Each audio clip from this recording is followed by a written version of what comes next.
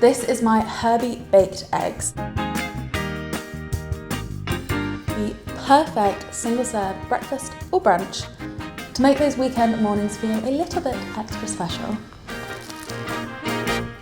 Happy weekend to me.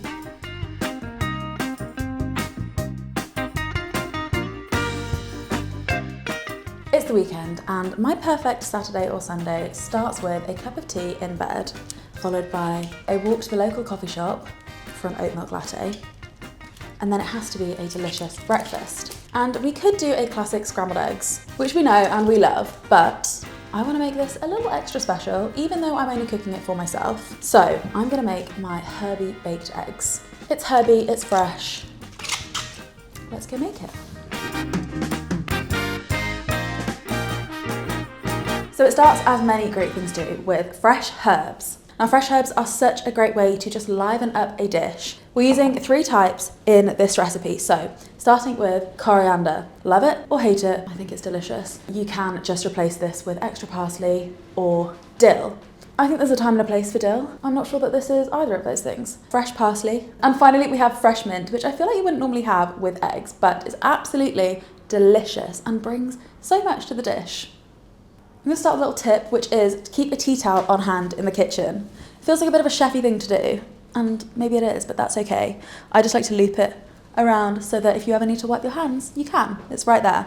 Then we're going to start with our fresh herbs. You just want a handful of each. You can kind of pick and choose depending on which one you like the most. You can really make this your own, and I think that's the beauty of cooking for one, is that you don't have to think about anybody else. When it comes to these soft, leafy herbs, there's a really easy way to chop them, which is the rocking motion. I also think that you can keep the stalks on them. A lot of people take them off, but I kind of think, why would you throw something away that has flavour? Start by just breaking it up slightly, roughly chop, and then what you want to do is put one hand on top of the knife and have the other hand on the handle, and just gently go back and forth, and then you pivot back and forth, up and down, to get a really nice even chop. Okay, and then for the mint, a sprig or 2. Pick off the leaves, because you can't use the stalks of mint because they're too woody and they would not be nice to eat. I think 1 sprig will probably be enough here. And then the chefy way to do this is actually called a chiffonade, which is where you layer up the mint leaves and then you roll them up to chop them like this. And you get a gorgeous little chop, but you don't have to do this, especially because we're going to be baking the eggs anyway. You chop that up, mix the herbs together, and then you want an oven-proof dish. This is a gorgeous little one, and it's the perfect size for 2 eggs. So you want to pop the herbs into the dish.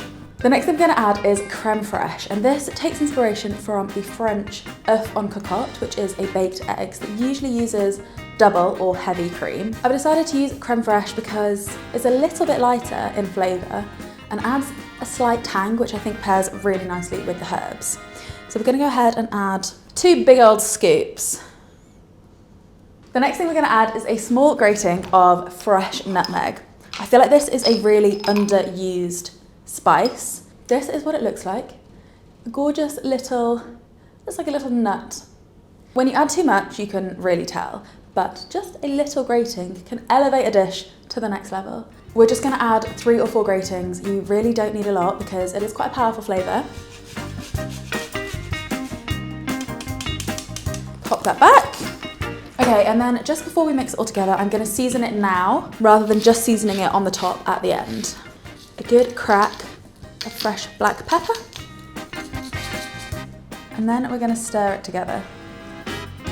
You can already smell all the flavours, and we haven't even cooked it yet. Mix it all together until well combined, then spread it out in a semi-even layer. Then we're just going to crack in our eggs. These are gorgeous Burford brown eggs, which really are the creme de la creme of eggs. Just wait until you see the yolk. We're going to crack them on top of the creme fraiche, but without stirring it through, just so it sits on top. I've gone for 2 eggs just because that's what I want to eat. This is your breakfast. And then we're just going to top it off with a little bit of feta. The saltiness of feta is perfect with eggs. you just want to crumble a little bit on top. Not loads, you really don't need it. And the tanginess of it just pairs perfectly with the creme fraiche and the fresh herbs. It's delicious. I'm already so excited to eat this.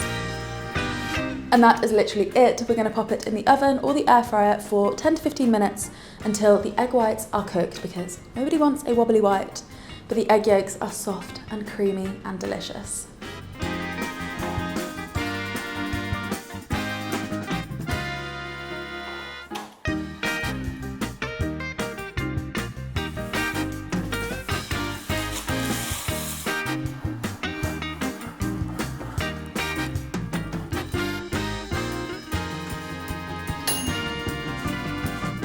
Okay, so the eggs are cooked. We've got a gorgeous bit of caramelisation on the feta, and you can see the herby creme fraiche just peeking through the sides. It smells delicious.